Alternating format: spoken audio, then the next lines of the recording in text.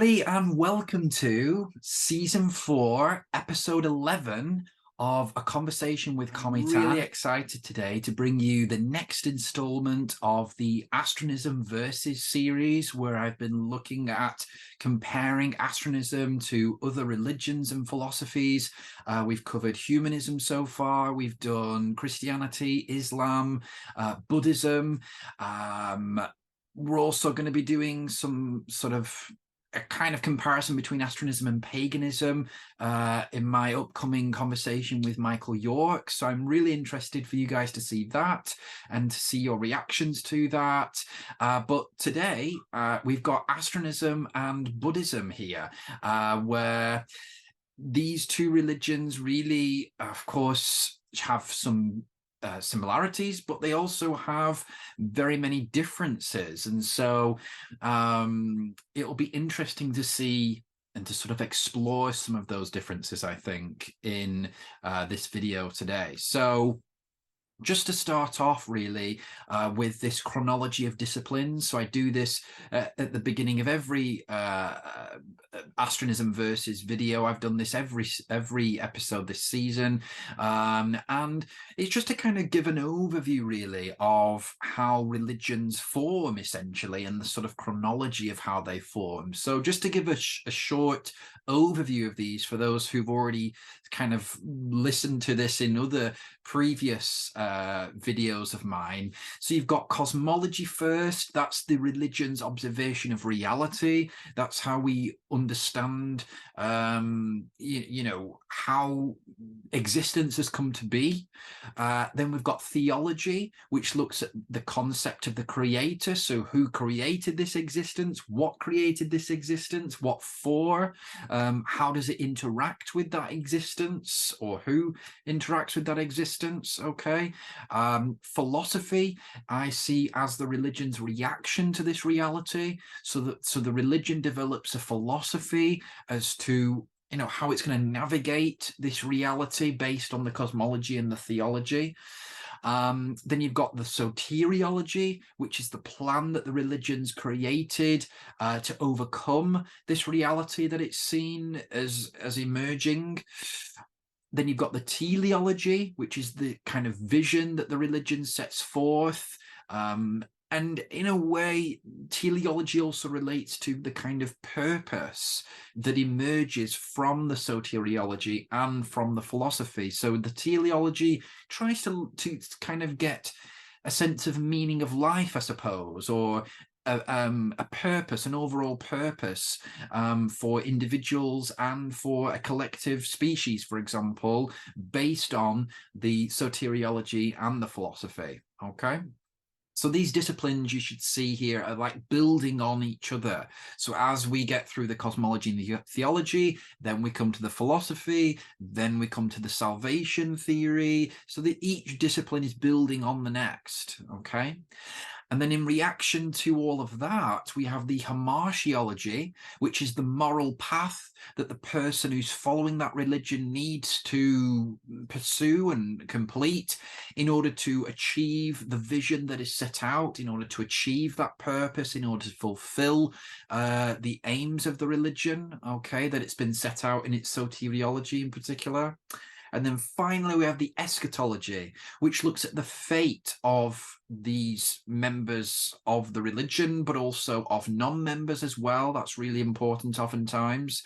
It looks at the fate of these members, both in the world, but also those who have already passed on into the afterlife. So you'll see in eschatological writings, it's a lot about, you know, heaven and hell, for example, in Christianity. It's a lot about sort of afterlife, but also the end of the world.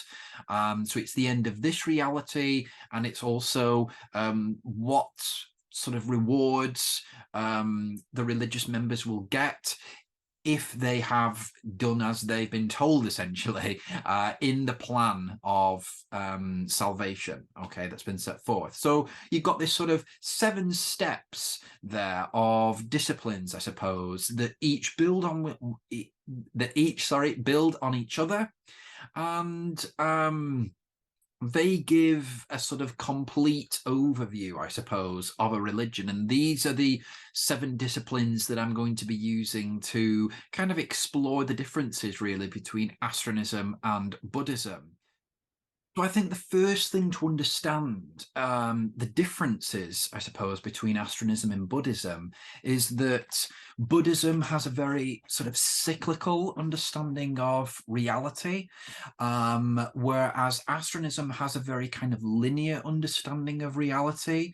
And these 2 understandings of reality then later influence the differences that these 2 religions have in terms of their philosophy, but also their soteriology as well. Just to explain that a little bit further, so in Astronism, reality is seen as on a kind of single path that is then moving towards some kind of resolution in a way, sometimes some kind of culmination, whereas Buddhism sees reality in the world and existence as existing, well, cyclically, but also as a kind of cyclical reality. You know, that there are these different stages to reality, and that that in a way they're not kind of leading to any sort of final resolution, but that kind of is what distinguishes them from Christianity, but also Astronism as well. There is this idea of karma, samsara, moksha as well, but that's kind of more in other dharmic religions. But there is this idea of the cyclical movement of reality, I suppose, whereas Astronism sees reality as moving in a linear fashion, in a sort of straightforward line. It sort of has a beginning and it has an end, okay? Whereas Buddhism sees reality as having no beginning and no end, okay? So I think that's the first thing to understand. And the reason why Astronism does have that sort of view, that sort of linear view, is because, again, it sees the cosmos as being limited. And this Astronism is a limitational philosophy, in the sense that it sees all of the reality as being sort of limited, and it is this limitation that reality is constituted upon, okay? And that's probably the most important, or the first principle of Astronism to understand. And this limitation is observed as being intrinsic to all things. So if we look around us, you know, this bottle is limited, I am limited in every way, in every capacity, okay? And this has an influence then on the Astronist understanding of, again, soteriology, but also eschatology as well, okay? But we'll get into that a little bit later on. So we've got this Astronist perspective, we've got this Buddhist perspective. In the Buddhist perspective, there are potentially infinite number of realms or planes of existence. Now, Astronism does kind of sort of agree with that yes, we live in sort of limited cosmos.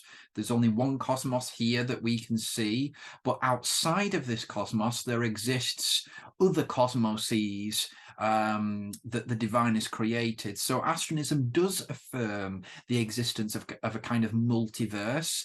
We actually call it the omniverse, just to emphasize that infinity part of it, so that there are an infinite amount of these cosmoses. So I would say that Astronism and Buddhism do share that kind of similar cosmology in that sense. Buddhism also asserts that these alternative universes differ in their time span, but are created and eventually dissolved, okay? So there is some connections there, again, to, you know, the idea of the Astronist cosmos and the Buddhist different universes or planes of existence, okay? Also in Buddhism, beings are continuously reborn, and depending on their deeds in life, are allocated to be reborn in different planes of existence. So this is something that is probably one of the major divergences between Astronism and Buddhism. Buddhism affirms reincarnation, or the doctrine of reincarnation, okay? Whereas Astronism doesn't, primarily because of Astronism's linear understanding of reality. Okay, the reincarnation doctrine fits in very well with the Buddhist understanding of reality, that kind of cyclical reality, the idea that we come back, you know, once we've passed away, we come back again, that kind of reincarnation. It fits in very well with the Buddhist cosmology, obviously, but with Astronism, we have kind of just one life. You know, we're not going to come back to repeat that life. We do have an afterlife, though, in Astronism, and there is a sort of a kind of existence beyond this sort of physical existence, but the physical existence is singular. Okay, there's only one physical existence that you get. Whereas in Buddhism, you get kind of multiple physical existences, okay? Another thing to understand about Astronism, if we just move over to the Astronist side now, is that human beings reside in a cosmos that is limited in both its physical and metaphysical capacities. So I explored this in more depth really in the Christianity, Astronism versus Christianity video, but I'll just explain it again now. You know, there are traditional understandings of the soul understand the soul to be immortal, whereas in Astronism, the soul is considered to be mortal, okay? So Astronism adheres to mortalism in the sense that the soul is not considered to be inherently infinite. Okay, it is considered to be inherently limited. It is only what astronists call the consciousness, which is in human beings and is encapsulated by the soul. That is the only part of the human person, of the sapient person, that is infinite or is potentially infinite. Okay, the soul is not considered to be an infinite or immortal aspect of human beings. So I think that's really important, and that's as a result of this cosmic limitation. Okay, so human beings reside in a cosmos that limits both our physical and metaphysical capacities. Humans came to evolve on Earth as a result of a comet of life. So again, I explained this in the Christianity video, but Astronism subscribes to its own version of the panspermia hypothesis, which is the idea that life in the form of microorganisms came to Earth on a comet from the furthest reaches of outer space and crash landed here on Earth, and that's where life emerged from billions of years ago. Okay, the Astronists use that kind of panspermia narrative and to assert that humans are fundamentally astrogenic. Of course, that refers to the idea that humans came from the stars ultimately, and this has many different soteriological, theological, eschatological consequences because of that astrogeny. Okay, so that aside, the main principle, the first principle of Astronism is that human existence is limited. Okay, and that is what I suppose orients the whole Astronist religion really and distinguishes it from others. Okay, and certainly does distinguish it from Buddhism, for example. So then we get on to the theology, which is really, really interesting. So Astronism has a panentheistic theology, which basically states that God, or the divine, God is called the divine in Astronism. The divine created the universe, but exists independently of it. So it exists outside of the cosmos. For example, it created all cosmoses, but exists independently of them. The divine is able to intervene in cosmoses, but chooses only to intervene in a limited way in order to prevent cosmoses from collapsing. Okay, I explained this in much more depth in the Christianity video as to why that is the case, okay? The divine intervenes in cosmoses by dispensing scope, which is opportunity, to sapient beings, which are sometimes also referred to as receptible beings, which includes human beings, of course. We are receptive to scope. We can receive scope from divinity through the astronomical world as our intermediary to divinity.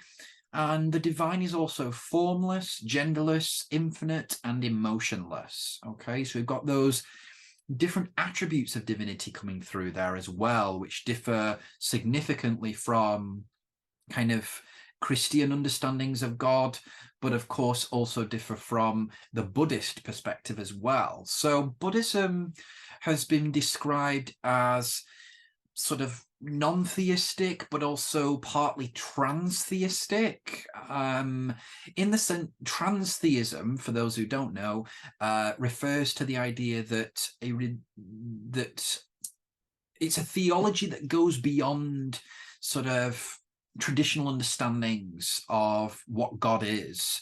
It goes beyond theism in a sense.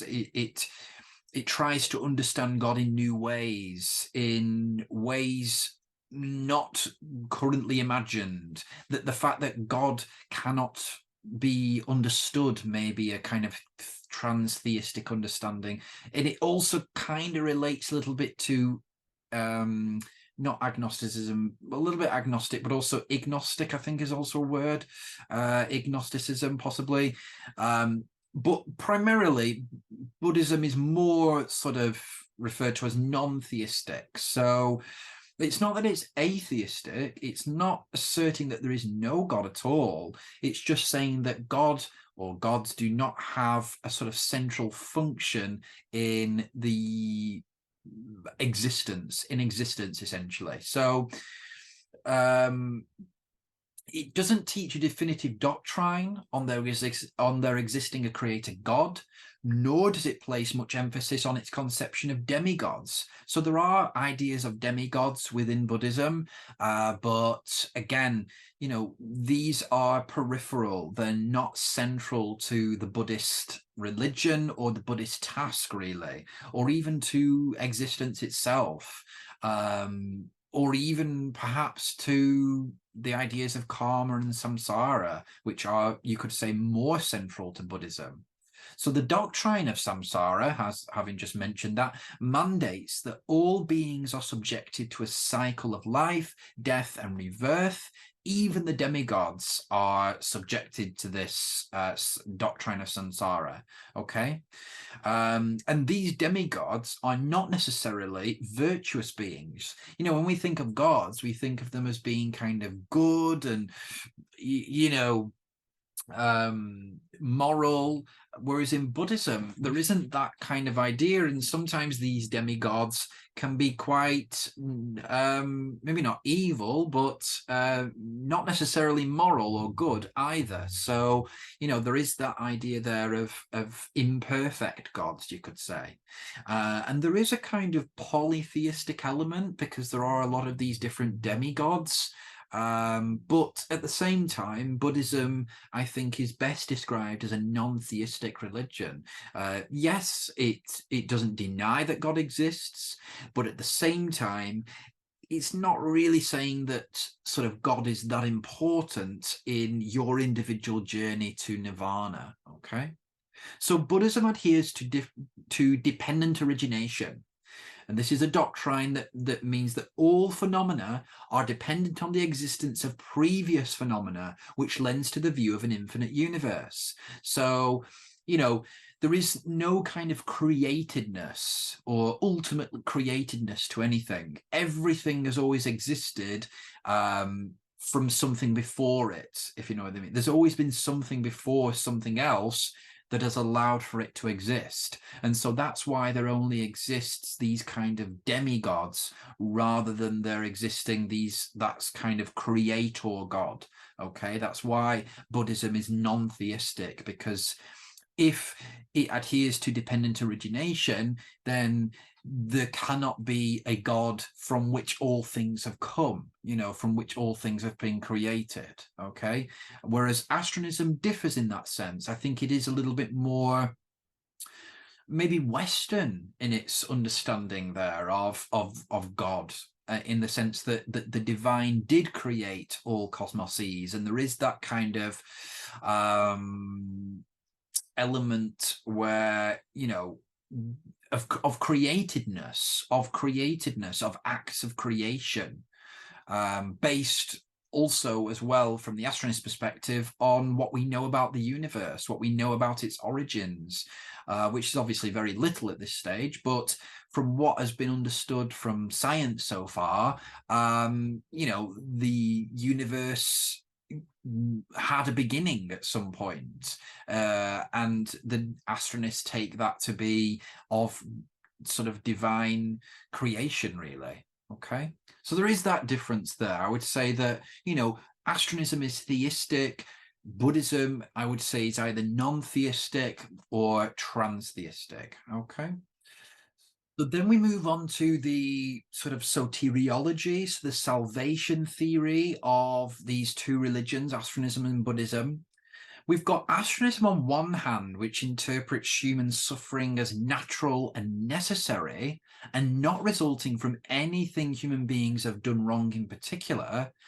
And we contrast that with the Buddhist perspective, which sees the root cause of all suffering, dissatisfaction, and pain to be material attachment and desire, and more specifically, desiring things that are impermanent. Okay, so the Buddhist sees sort of impermanence and our desire for impermanent things, like, I don't know, material things, you know, like our phones and our computers and things like that.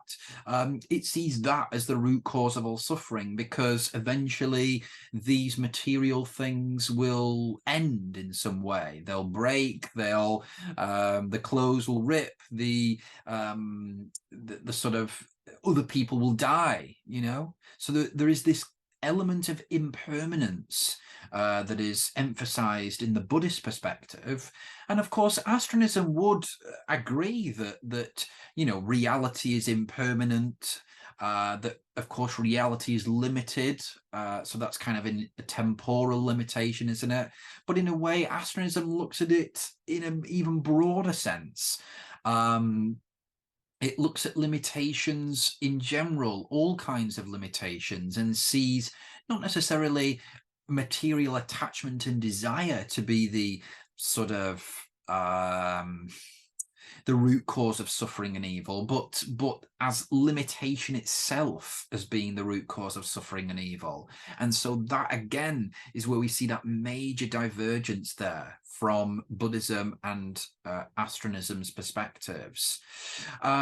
So just moving over to Astronism again, we've got this cosmocentric view, which influences Astronists to find salvation by overcoming our naturally limited cosmic state. So the cosmocentricity of Astronism focuses on this cosmic limitation. It's emphasized on this reality that we inhabit. And it wants to try and escape that. It wants to try and rectify that by escaping this reality. Okay. Buddhism sees salvation, well, I'll just return, sorry, to Astronism again. So on the basis of that, salvation is interpreted as escaping limitation, essentially, okay? Whereas on the Buddhist side, salvation is interpreted as the process of alleviating desire, being alleviated from desire, okay? So the less things that we desire, the less we interact with the material world, the more we interact with our sort of inner sort of spiritual selves, you could say, the better off we will be, and the less suffering we will have to endure. We will alleviate our sufferings because we won't be so attached to things anymore, okay?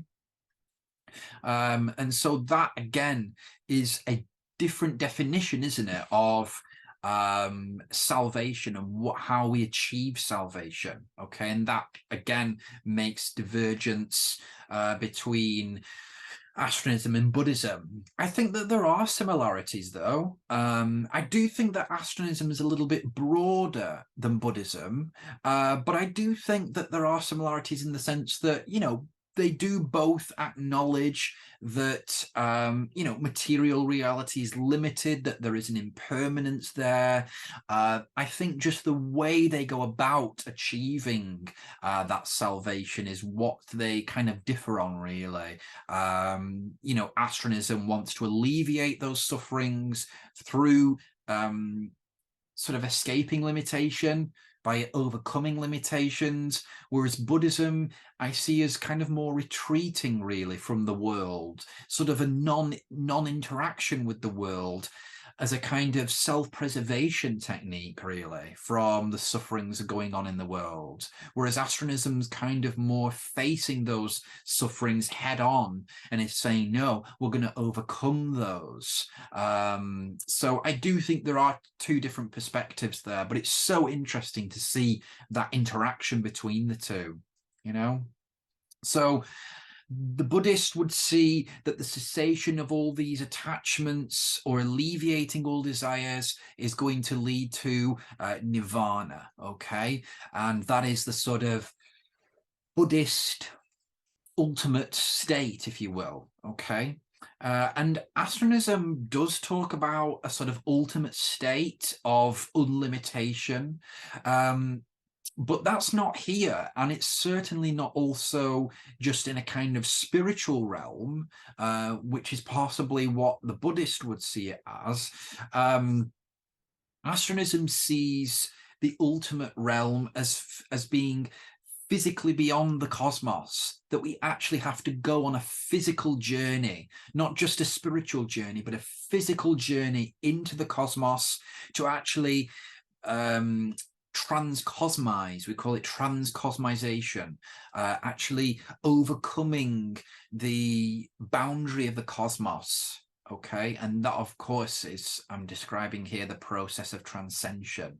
Okay, so Astronism again is differing from Buddhism in how we're going to go about achieving this salvation. So there's differences in the definition of salvation, and there's differences in the how the methodology of salvation, how we're actually supposed to go and achieve this salvation. Okay.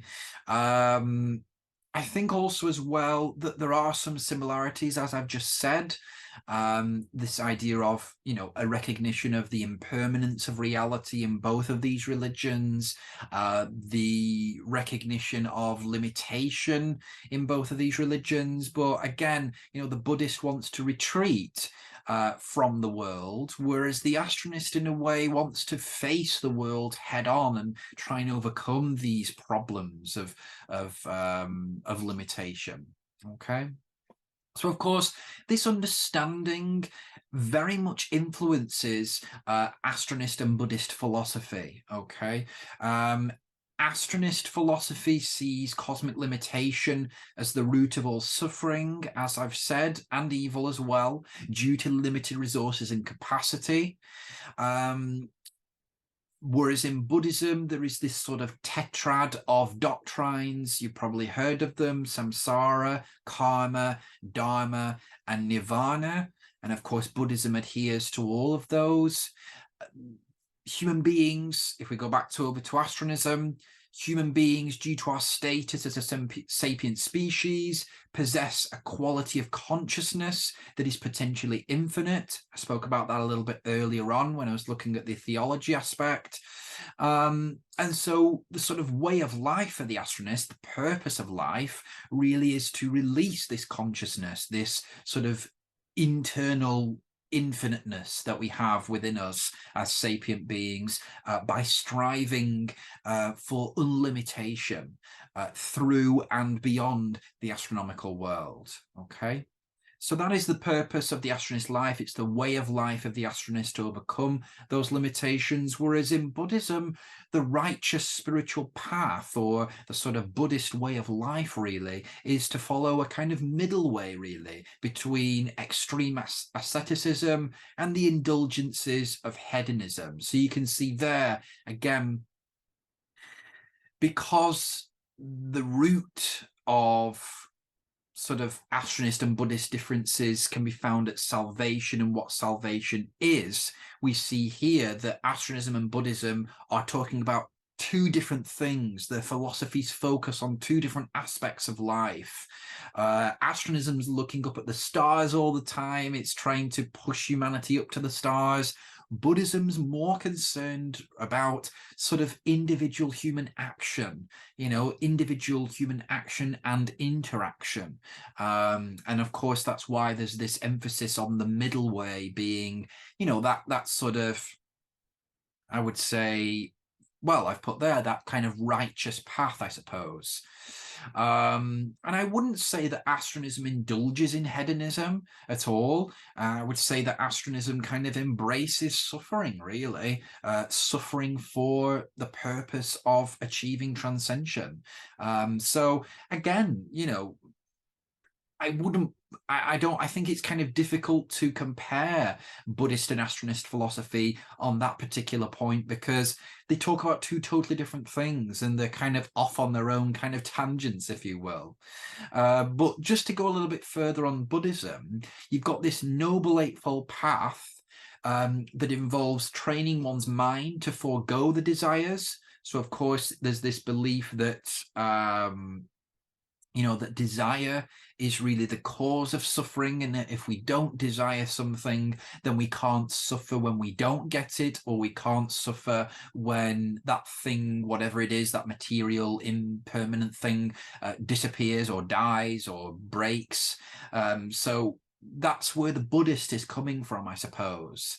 And this sort of Noble Eightfold Path is observed through Buddhist ethics and also through meditation as well. So it takes a lot of dedication to keep on that path, primarily because Buddhism is all about, I suppose, retreating from those indulgences, moving away from those indulgences of the material world. Okay, really, ultimately, the Buddhist's goal is to remove him or herself from the material world, really. Okay. So it's really quite interesting, whereas Astronism, I think, is more trying to immerse into the material world, really, trying to kind of go up to the stars, which of course are material. Astronism it also talks about kind of astral absorption and immersion rather than kind of reclusion and removal, which I feel like is what Buddhism is preaching, really. So to me, and you could say I'm biased because obviously I'm an Astronist, but I just feel that from the Astronist perspectives, it's more about kind of immersion, absorption, trying to understand limitation, trying to overcome limitation, trying to face these issues head on, whereas the Buddhist, to me, is trying to kind of retreat from the world, is trying to remove him or herself from the world. And I don't know, just as the kind of opposite of absorption and immersion, really. So I think, again, these two religions seem to be going in opposite directions, or maybe that's the better way, opposite directions. Astronism's going up, whereas I don't know where Buddhism's really going in that sense. Maybe it's just staying put here on Earth, but it is quite interesting to show that kind of differences of movement, I suppose, and where these religions are sort of heading towards in their direction. So on that basis, then, having got a good understanding of the comparisons of these different religions so far, we then come to the sort of reflective discipline, I suppose, which is teleology. Again, just to remind you, this discipline looks at the purpose of life. it's kind of reflective really on the reality that we exist in, and the sort of the form of salvation that the religion's following. The teleology then tries to apply that to individual human existence, to say, well, this is why we're here. Okay, so just to explain this, I'll start with Buddhism first. So the purpose of human life, according to Buddhism, is to circumvent the cycle of samsara by detaching oneself from the material world. I spoke about that quite a lot already. And then also to detach oneself from the desires that come with the material world. And if you manage to detach yourself so far from the material world, then you will have achieved the state that the Buddha referred to called nirvana. Okay. Oppositely, you've got Astronism on the other hand here, which is saying that the purpose of the existence of sapient species is to escape limitation. Okay, by unite with divinity by undergoing transcosmization, that sort of escaping the cosmos by transcending its physical accelerating boundary. Okay, so obviously in current cosmology, the belief is that, the universe is expanding, and astronists are curious as to what it's expanding into. And astronists, and the sort of fundamental belief of astronism, is that if we can get out of this cosmos, if we can get away from this limitation, if we can transcend through this or from this limitation, then we will achieve salvation, but we will also achieve as well that kind of union with divinity, essentially. Okay, so you've got these two directions that these two religions are going in, and it's just fascinating to watch them go in those two directions. Let's move back over to Buddhism again. So the Buddhist has a duty to live righteously according to the Buddhist moral code in order to be reincarnated favorably in the life cycle of samsara. So again, there is this sort of reincarnation doctrine coming in there. And then reaching nirvana, perhaps described as unconditional contentment, is dependent on the elimination of all greed, hatred, and ignorance from within oneself. So it's about flushing all of those sort of bad characteristics or attributes of the human person, flushing those out of you and getting rid of those. That's what Buddhism's all about, really. Getting rid of that greed, that desire, because that's believed to lead to hatred and sort of ignorance as well, getting rid of that. And then you can reach this kind of enlightenment, which is also another word that's related to Buddhism as well. So again, you've got two different purposes there, haven't you? You've got astronism very much on this sort of astronomical endeavor, really, to go among the stars and discover the answers to existence, and then hopefully ultimately uniting with divinity as the sort of ultimate purpose, and getting rid of that limitation once and for all, conquering limitation really once and for all. And then you've got Buddhism, which is more, I think, centered on the individual. I think astronism is more collective.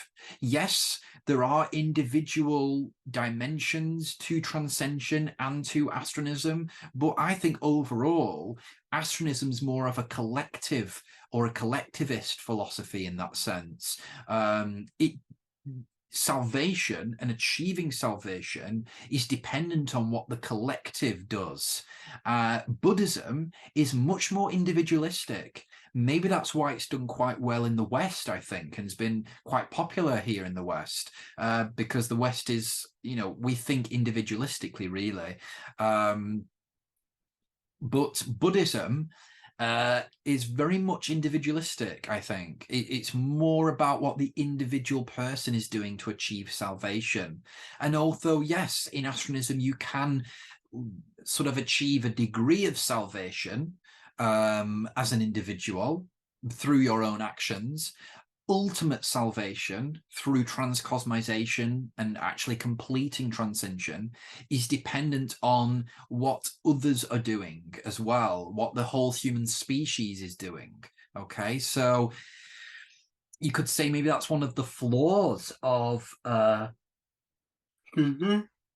it's one of the flaws of astronism, is that, you know, it depends on sort of that collective human effort in order for transcension, in order for salvation to be achieved. You know, whereas the Buddhist only kind of relies on him or herself to achieve salvation, which is, again, really interesting differences here. So then we come to the hamartiology.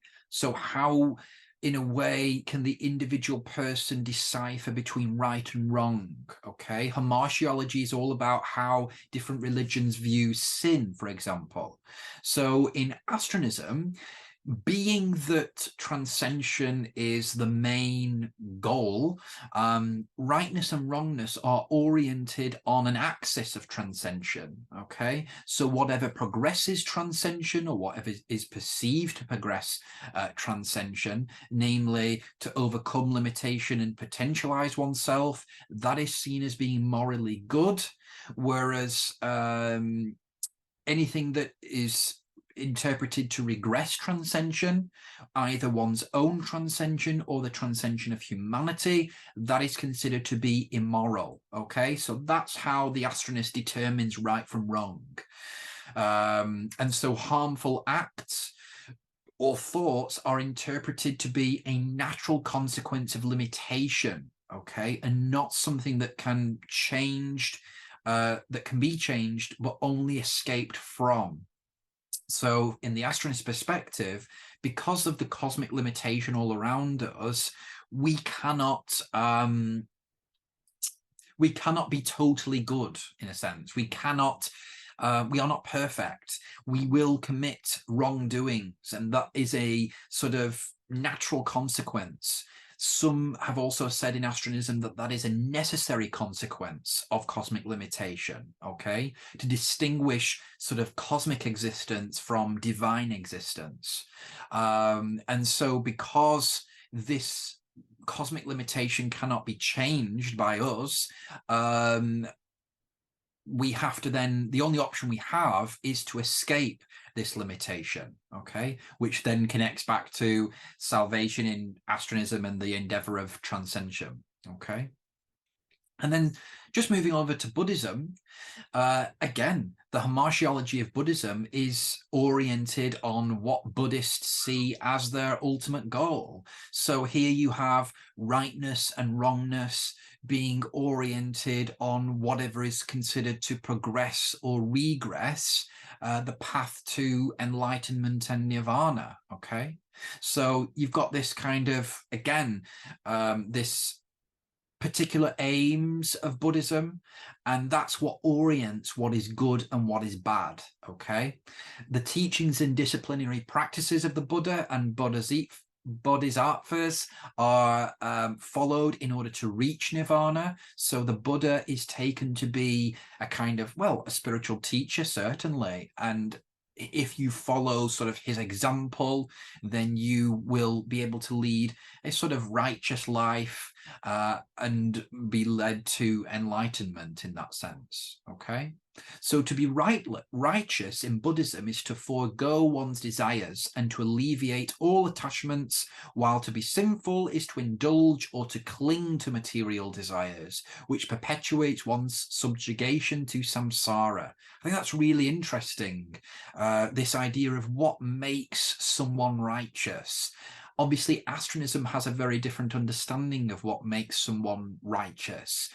In astronism, to be righteous is to progress transcension, and that is heralded as the kind of, or championed as the kind of moral superiority in that sense. You know, that moral superior state comes from progressing transcension, from being a kind of hero in this journey to transcension, you know. So again, there's these two very different but also, you know, in parts, you can see some similarities there. Certainly in terms of the patterns. Okay, the contents of Astronism and Buddhism may be very different, and they may have very different goals, but certainly they share some certain patterns and themes that kind of are good for us to kind of compare, I think. So you've got the hamartiology there, which I think, again, there's a lot more that can be explored in the hamartiological differences. But just to come to sort of the culmination of this lecture today, we've got the eschatologies of these two religions. Okay, you've got Astronist eschatology, which is also referred to as astro-eschatology, and then you've got Buddhist eschatology. Okay, so again, these eschatologies are based on the respective aims and goals of these two religions. We'll start with Buddhism, I think, first. So remember, the goal of Buddhism is to achieve nirvana, which is one's release from samsara at one's death, rather than being sort of continually subjected to reincarnation. Okay, so the goal is to kind of be released from that samsara. Whereas in Astronism, you know, without a space being perceived as possessing both a physical and metaphysical capacity, outer space is seen as the abode of the spirits of the dead. And so astronists can communicate through the astronomical world, which is in this context called the overworld, in order to receive more scope, in order to receive guidance on the transcendental endeavor. But ultimately, the astronist sees the release of consciousnesses from the overworld that are trapped there as the ultimate purpose. Okay, and in astronism, I talk about this idea of there being an embargo. So there is an embargo on these consciousnesses, on these souls in the overworld that needs to be released. And the way that we release that embargo is through completing transcension. So everything comes back to transcension, completing that transcendental endeavor, okay? So that we can then transcosmise and reunite with divinity, which is the ultimate goal of astronism, really. So again, seeing differences here, you know, with regards to Astronism and Buddhism. Astronism really is quite Gnostic in that sense. You know, it's about this kind of union with divinity. It's very mystical in that sense. Whereas Buddhism's not really talking about uniting with divinity. It's just talking about being released from the cycle of samsara, really, to get to this kind of state of nirvana, which is supposed to be, I don't know, kind of contentment, immaterial contentment, you could say. So, of course, as well, what is also important in eschatology is to consider those who don't follow the particular path that has been set out by the religion. So in astronism, refusing to embark upon or failing to complete transcension will have consequences. Primarily, the eventual extinction of the human species is given as the sort of ultimate consequence of not pursuing transcension. But also the immediate consequences are that, you know, humans will continue to be limited. We will continue to suffer. We will continue to be subjected to kind of evil in the world. And so, you know, that's used as a justification as to why transcension needs to be conducted, really, and completed. And of course, the ultimate goal of transcension is transcosmization, to reach the ultimate existence beyond the cosmos, to unite with divinity, to have overcome all limitation, essentially, okay? To become infinite beings, essentially. Now, in Buddhism, just to finish off, there are a couple of eschatological ideas. You've got the Maitreya, I think that's pronounced. This is a successor that Gautama Buddha actually himself spoke about, and he prophesied that there would be a successor to him who will appear, really, directly following an age of sort of degradation, really, or degeneration, in which the Buddha and the Dharma itself will be forgotten. So there is that kind of prophesied Messiah type figure in a way, who's called the Maitreya, and then he will, or she will, restore Buddhist teaching and Buddhist Dharma. And then also you've got a sort of end times apocalypse in Buddhism called the Seven Suns. Buddha also described this, and he said that there will appear 7 suns in the sky, each causing a progressive ruin until the earth is destroyed. Okay, so there is that kind of end times apocalypse, and again, you can find that in Astronism as well, and of course you can find that in many other religions. Astronism's main sort of end times apocalypse is what I call the starfall, which is the sort of extinction of humanity as a result of not following or not pursuing or even not completing transcension. So again, the differences here are that Astronism has its focus set on transcension as its goal, and so that means that many other aspects of Astronism differ from Buddhism, because Buddhism's goal is to achieve nirvana by detaching itself, by getting Buddhists to detach themselves from the material world, to be released really from that cycle of samsara. Okay, so there are some similarities there. There are some differences. I think they're really interesting to kind of explore. I will do more explanation and exploration, of those comparisons probably in future books that I write. But just for those who haven't seen these books already, please take a look at the Astronist Statement. It is quite a short book. It was released last year in 2022. It kind of just gives you a sort of overall understanding or outline of the Astronist religion. It is, like I said, it's short, so it's very sort of, it's very readable. You know, it's tried to be put in simple terms for those who are just getting into Astronism, really. Of course, there are other more advanced books that you can look at for if you're sort of more aware of Astronism at this stage. There's also so many resources online, so take a look at those 3 websites. Again, you can also use those websites as references and resources in your work if you are a scholar of religion, for example. And then also just keep a lookout for this Astronist System book, which is going to be the precursor to the Astrodoxy, which is going to be my next treatise. This book will kind of summarize really all the omnidoxical and interdoxical doctrines, ready really for the introduction of the Astrodoxy. Okay, so I was supposed to do that book last year, but I just did not get round to doing it. So hopefully this year in 2023, I'll be able to get the Astronist System written and published. So we'll see how that goes, though. So I think that's everything. So thank you for listening, everyone.